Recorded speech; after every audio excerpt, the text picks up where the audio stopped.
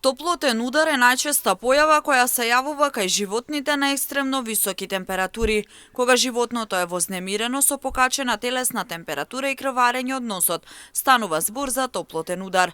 Ветеринарите велат многу важно е навремено да биде препознаан од страна на собствениците и да се реагира со што би се спречиле фатални исходи, односно смрт кај домашното милениче.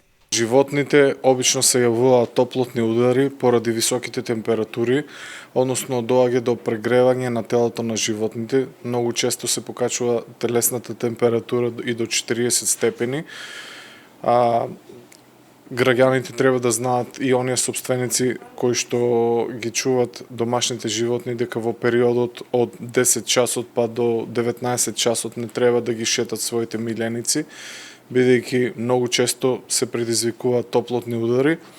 Како да се препознае топлотниот удар? Тоа е, значи животното е немирно, имаме зголемена температура, потоа многу често доаѓа до крварење од носот кај животните и во тој случај значи самиот собственик на животното треба да посети ветеринар. Важна е и првата помош, поставување на ладни облоги во пределот на главата и телото на миленичето со цел да се ублажи појавата на топлотен удар. Брселиски апелира животните да не се шетаат во периодот од 10 до 19 часот, да бидат под сенка и да имаат достапност до вода. Нехумано е на температури на плюс 40 домашното милениче да биде врзано. И вакво нешто собственикот, значи првата помош е многу битна.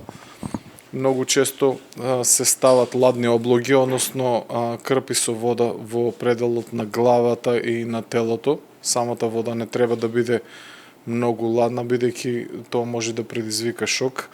Исто така би сакал да кажам дека поради овие високи температури, значи самите перничиња на нозите кои што ги имат животните многу често знаат да изгорат, односно да имаме изгореници од прв и од втор степен, и затоа би препорачал шетањето да се врши после 19 часот навечер. Бидат домашните миленици, значи на сенка, да имат секогаш достап на вода, бидејќи овие температури, реков, како што се лоши за луѓето, така се лоши за животните. Кога е во прашање исхраната, се препорачува домашните миленичиња да се хранат неколку пати со помали оброци, но наутро и навечер, а не кога е најтопло.